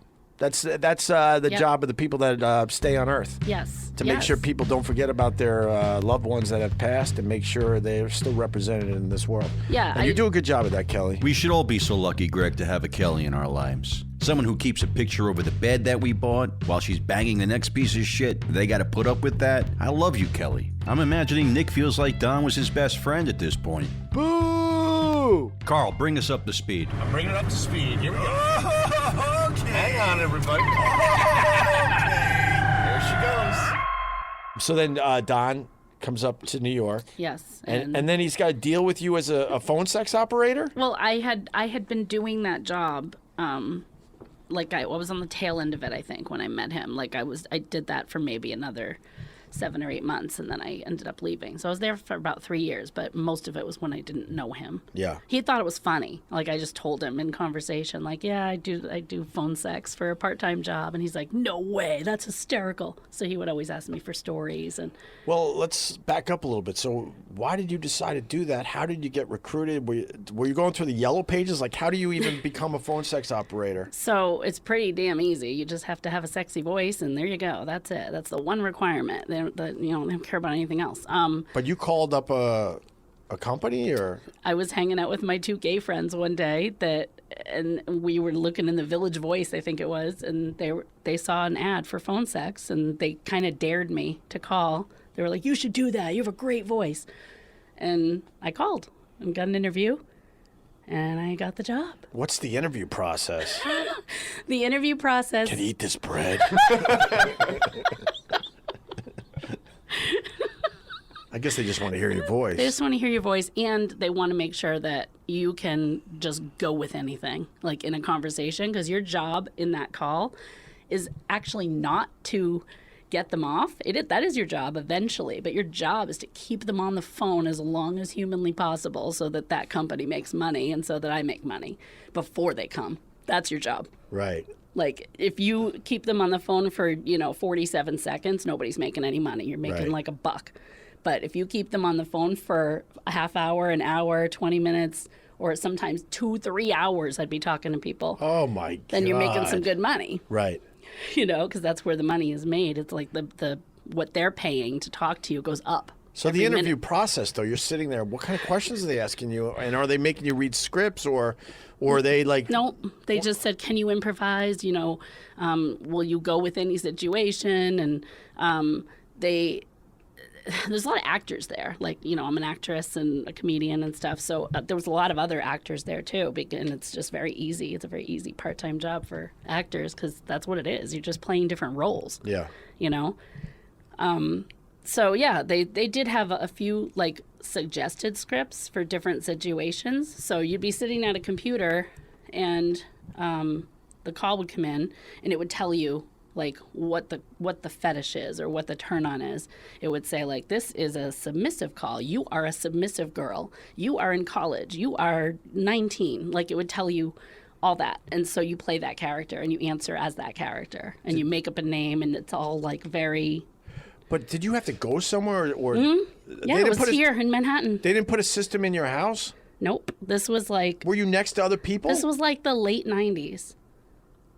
So it wasn't... So was like, the workplace kind of sleazy? No. It was nice? Yes. It was like, if you walked in there, you would think it was Wall Street or something. Come on. No, I'm serious. It was like right down in the Chelsea area. Very nice area. They had, one floor of a huge high-rise and lots of little cubicles, about 100 of them. And there'd be anywhere from 50 to 100 girls working at once, and then a few managers and supervisors and security guards and stuff. It was a nice office, like really nice office. But could you hear the person next to you? Yeah. Oh, God, yeah. That's so weird. It was, the Mike, whole thing that's was weird. weird, right? I don't get that. No, Do you the have whole a thing was question? weird. No, my thing was you. I thought you'd be home doing it. 'Cause I Now, today, yes. But like back then, no. But how do you get into your character if you hear someone else? Like you're submissive and you have a teen girl next to you. Wasn't it You throwing just you off? ignore it. No, you Yeah? just ignore it. It didn't throw me off. Did you ever laugh Oh, yeah. hearing like somebody else? I laughed at the people I was talking to. What made you Fucked up laugh? shit. Like what? It's so bizarre. Some of it's not even sexual. I still don't get it. This is, again, why people fascinate me with kinks, because they make no sense. So this one guy called all the time. And what he wanted was he wanted me to pretend that I was driving a car and that he is a bug on my windshield. And he would just keep saying, no, put your windshield wipers on. Put them on. Put your windshield wipers on and squash me. Squash me. I'm a bug. Squash me. And he would make me like tell him that I'm squashing him into my windshield wipers, and then he would come. He would like go crazy over this. He'd be like, oh yeah, squash me. Oh, that's so fucking hot. And then he would come. Oh my God. Like, isn't that disturbing and weird and just not even sexual in any way? Would you get the same callers? Like, Yes. so the bug guy would always go to you? He would always go to me. He liked the way I told him to. How did he know to go to you? Like you had operated number? Yes, had a number. I was 111. Yeah, we had a number. Good old 111. Yeah, we had a number. I feel fortunate we're talking about 111. You probably did talk to me at the past. But no, we would have a number, and then we would change names depending on the character, just make it up in the moment. But there was a list of names you could choose from, just, so you wouldn't have to think of names. I would imagine it was kind of fun. It was fun sometimes. And then like other at times you were first. creeped out. It was so creepy. There was so many creepy people, and we didn't have to talk to people that like wanted to talk about illegal shit. Like, if they tried to make you be under 18 and stuff like that, you could hang up on them. Thank God, because I was going to ask you about that. Yeah. And because I couldn't do that. No, I know you couldn't, but were there others that did it? Yeah. Probably. Wow. To get the money, probably. Wow. But we weren't supposed to. Like, we weren't supposed to stay on those calls. Gotcha. Because the company could get in trouble, Right. for encouraging that. Sure. So, you would have to say, as the fantasy girl, you would have to constantly say, "But I'm 18, right? I'm 18. I just look 16." Like, you would have to say that so that it would be recorded. So the old workaround. It was ridiculous. And were the bosses cool? Were they normal people, or were they a little creepy? Or totally normal people. Half of them were guests at my wedding. Like, totally normal people. So it was a good group of people. Really good group of people, and just normal. But the funny thing was, can I ask you how much you made? Yeah, the money was shit. Oh, it was. Not at all like you would think. I don't remember what the hourly was, but it was not good, like $12 an hour or something. And then you would get commissions based on how long you kept them on the phone. And then you would get more commissions if the same person called you back. So, like, you'd get a request. Right. And so repeat customers, you'd get like, I don't know, $5 or something for them calling you specifically. Right. And then, so if you kept someone on the line for, I don't know, an hour, then I don't remember what it was, but it was, $2.99 a minute or something, and that they were paying. And then you would get a percentage of that. And that percentage went up every 30 minutes or something. So some hours you would make really good money and some hours you wouldn't. But you had the base pay. So Was it was it okay money, but it wasn't like what you would think. You would think it would be great money, Yeah. but it really wasn't. Was it ever a turn on? Rarely. Rarely. So that's sort of a yes. It's sort of a yes, but rarely. I mean, I would believe the answer would be yes. I don't think there's anything wrong with saying that. Yeah. Well, rarely. I mean, there was very few people. But every once in a while, you're like, oh shit. Yeah, because everyone is probably not a fetish one, so sometimes the guy just wants to. Right. Yeah, that's what I was gonna say. Is every once in a while you'd get just a normal, like, nice person, and that was more of a turn on than anything, because it was like, oh, finally somebody normal that just wants to get up, and then that would be kind of a turn on, I guess. Right. But like so many of them were just so strange. There was a lot of lonely people that just like, it was almost like they were calling just for somebody to talk to. And there was this one guy, it's almost sad, but funny at the same time. But he would call and he would play PlayStation. He had a PlayStation game and he would just play it. I don't remember what the game was, but he would just sit there and describe to me what he was doing. And it wasn't sexual, it was just him playing a game. And then he would want me to cheer him on, like in his game playing. Like he wanted a friend there while he played his PlayStation. Way to go, champ. Yes. Way to go. And he'd be like, yeah, thanks. And he would just like talk like having a conversation with a friend really sad. that he had to pay. Did it lead to sex? Yeah, no. or getting off, I mean? Never. He would just like randomly hang up. And I'd imagine some of the girls would maybe try to meet some of these guys, right? If they did, they probably got fired. But yeah, if they got caught, Right. Yeah, I mean, that's, I don't know that happened. I'm sure it probably did, but I could relate in a little way, because when you do radio, as long as I did, I was a music jock for a while. Yeah. I did overnight shifts and stuff. The phone calls that would come in, oh my God. Same stuff, man. Girls that just wanted to get off and stuff. Yeah. They would make believe they're calling to hear a song or something. Next thing you know, they're just playing with themselves, and you're like, you're bored and young and like free, and you're like, what? I'm going with this. What the hell? Why not? Because they like your voice. It was insane, though. Yeah, totally. It's completely insane. Right. They would come home drunk from the bars, and like they have no one else to talk to, and they, it's Buffalo. I mean, you could get through to a radio station easily, and next thing you know, man, boom. The very first call that I got there on my first day there was like 20 seconds long, and the guy picked up the phone, and I'm all scared. It's my first call. I don't know what to do, and I'm like, okay, hi, this is Amelia, or whatever my name was that day, and he goes, I have a steak in my ass. And I'm like, what? Like, I didn't know what to say. I was like, what? And he's like, I have a steak up my ass. And I just paused. Like, I had no idea what to say. And it was my first call. And I'm like, is it cooked? Yeah, what do you do with that? Like, what do I do with that? Yeah, I had no idea. Bone in?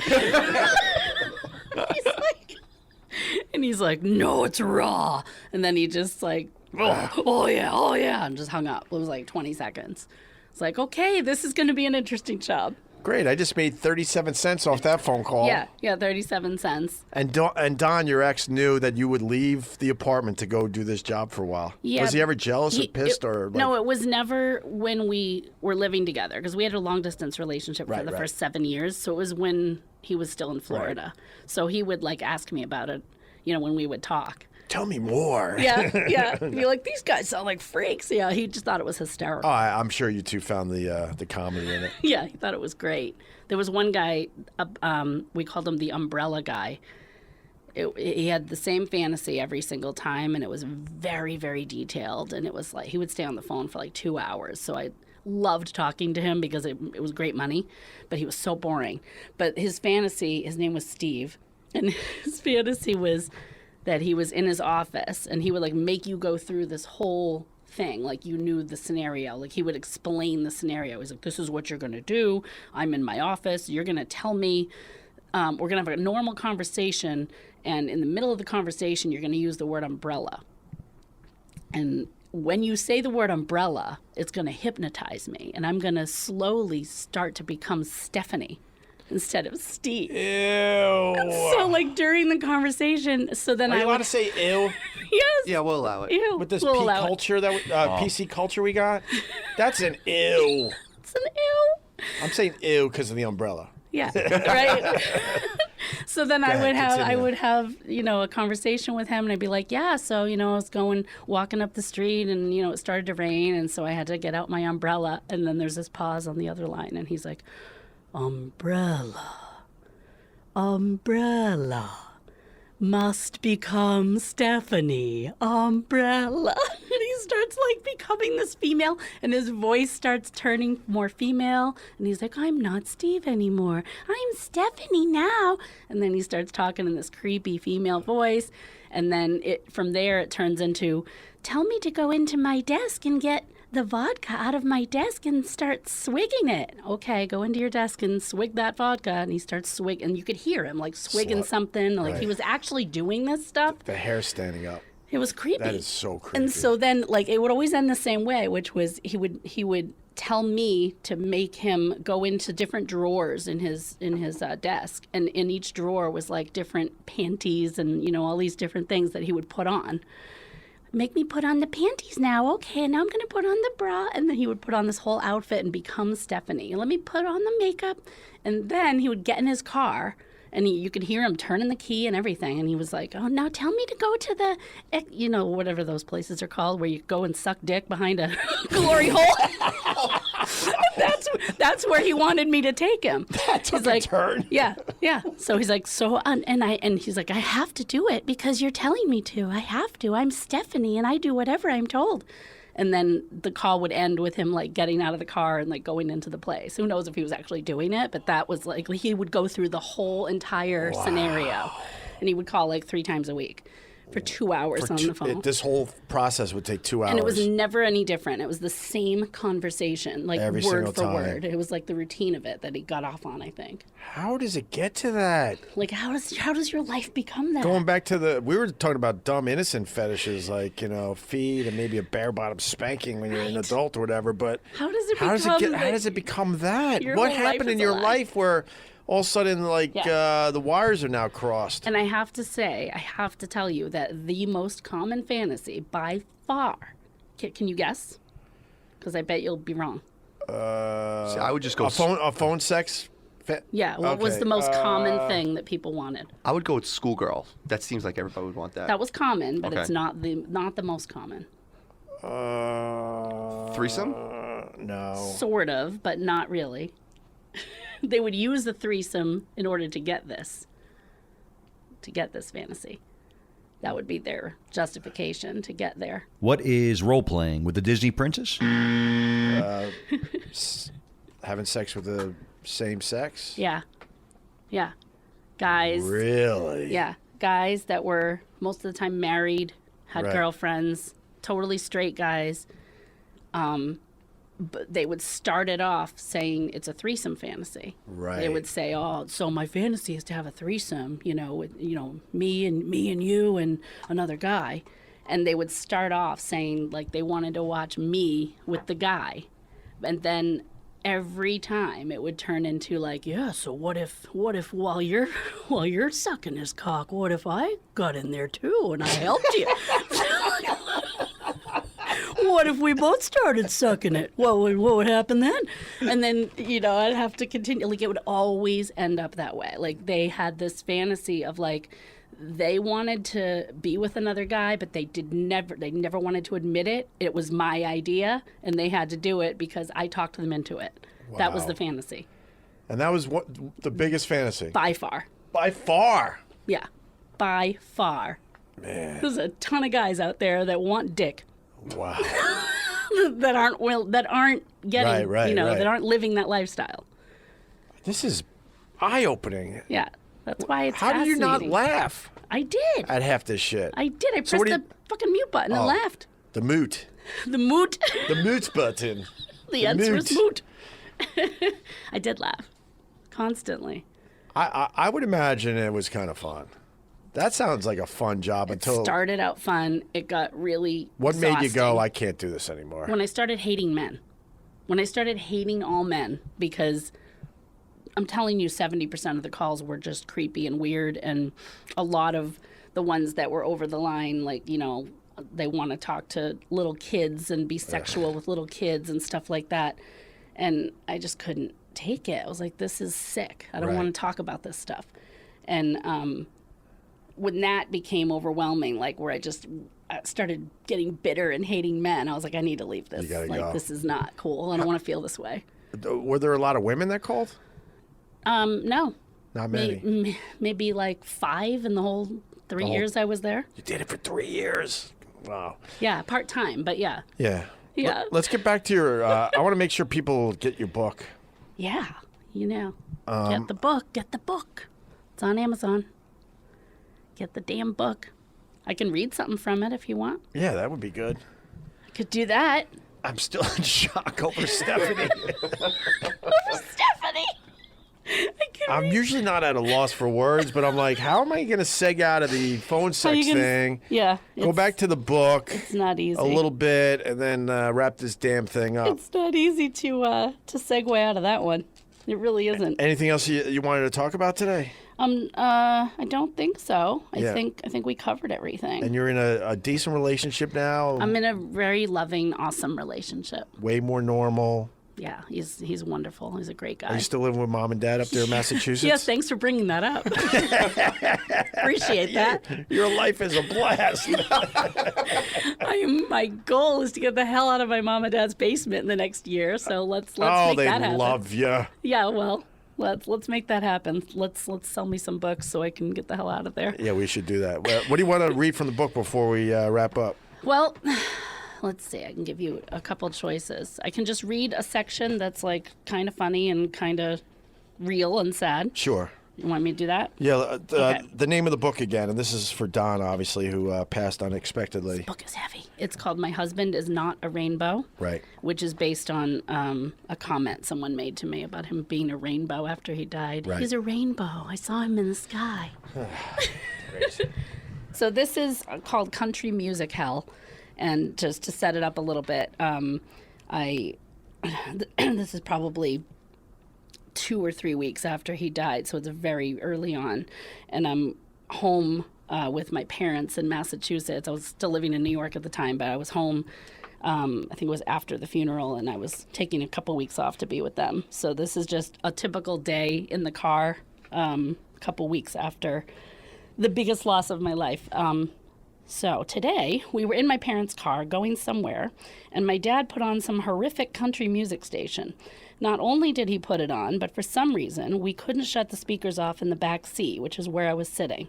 So the sounds of Travis Tritt or Randy Travis or whoever the fuck it was blaring in my eardrum. I started listening to the annoying twang of the guitar and all the praising of Jesus and America and beer, and I felt myself starting to get nauseous. This was, of course, one of the few times in the past month that I actually wasn't already feeling nauseous to begin with. So the fact that country music made me feel nauseous just got me angry, which made me more nauseous. You see the pattern forming here. Then I started thinking about how much Don hated country music, even more than I hated it, and all the times that we would mock how every country song sounds exactly the same, has the same topics, similar sounding voices, and the same 3 chords. And how every country singer's name even sounds the same. I used to joke that when you become a country singer, they hand you a big book of names to choose from, and there are only about 40 names total in that book. It's true, they are all parts of the same name, just switched around or in a different order. Brooks and Dunn, Garth Brooks, Toby Keith, Keith Urban, Trace Atkins, Red Atkins, Alan Jackson, Jackson Montgomery, Montgomery Gentry, Leanne Womack, Leanne Rhymes. I could do this all day. Don and I used to laugh about this for hours. He would get out the guitar and start strumming up a country-sounding tune, and I would start singing it in this obnoxious, twangy voice and make up lyrics on the spot. We would write instant country songs just to show how easy it was and how bad most of them are.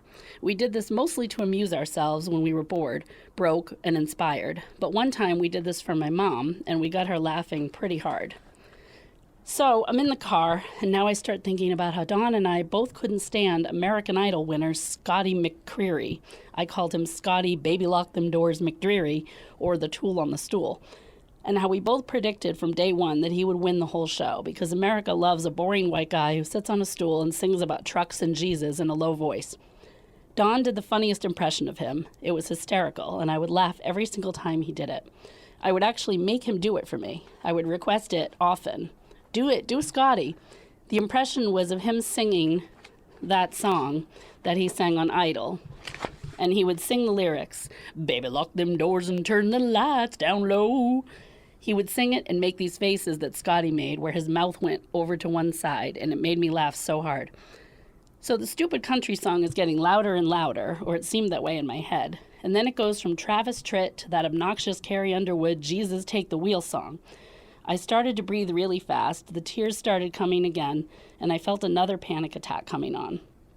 It wasn't anything about the lyrics or the songs themselves that was making me emotional. It was the idea that the music was so lame and that it was making me think of Dawn and I mocking it and that we would never again laugh that way together. And for some reason, being in the back seat of a car, seatbelt on, nowhere to run or escape to, is usually what makes me get that trapped, claustrophobic feeling that I've become so familiar with in this past month. I started to focus on my breathing and try to slow it down until I finally felt as if my heart was beating correctly again.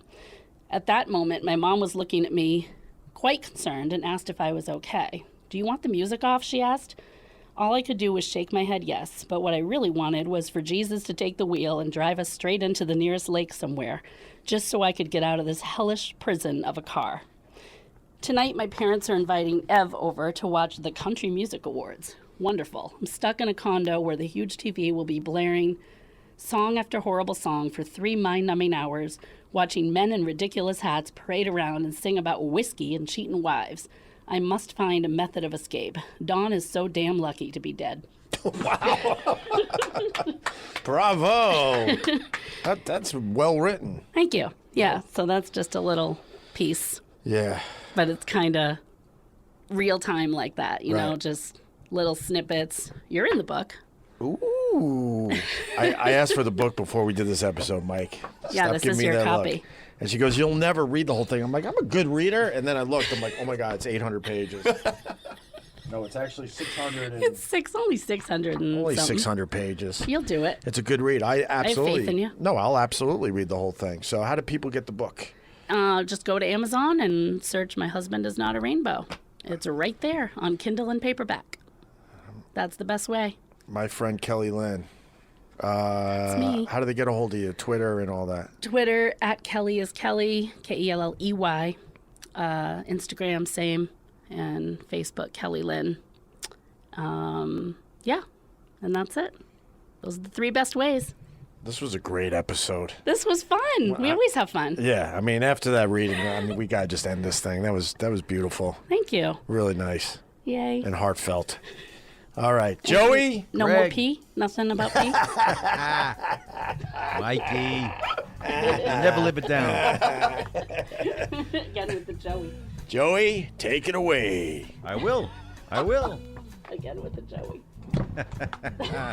You still don't know who Joey Last is. time I'm like, who the fuck is Joey? I think it started with your episode. Because we She's were like, outside and you're like, Joey, take it away. I'm like, who the fuck is Joey? Where's Joey? Is We're he here watching alone. this? Is he in a tree somewhere?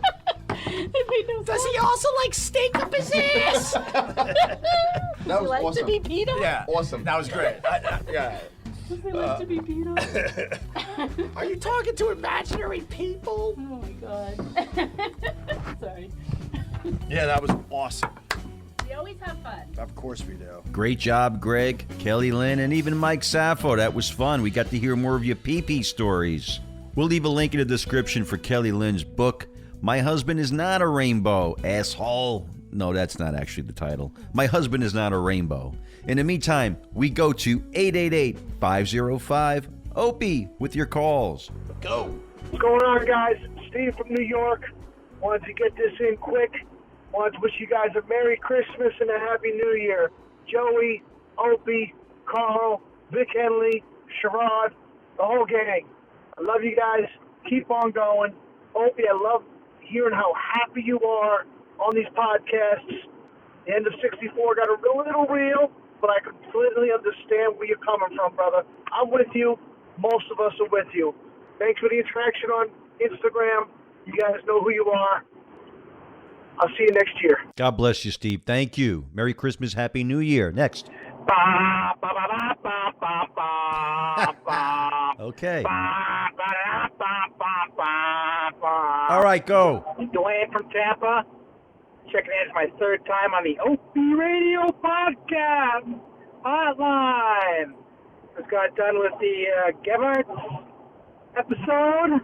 Number 63? I always thought the same thing about Marie and Vic Henley. Wondering if Marie would start calling Vic Henley once the divorce was final. But I guess Vic's a little old for Marie. Wrap it up, Joey! I will. Thank you.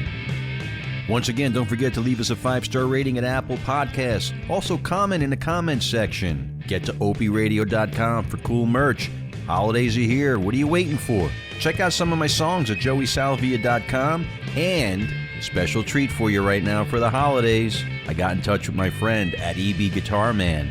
I laid some tracks down for a Christmas song and said, EB, will you be so gracious to put your talent on this track? It's a collaboration, EB Guitar Man and Joey Salvia. Here you go. Thanks for listening to Opie Radio.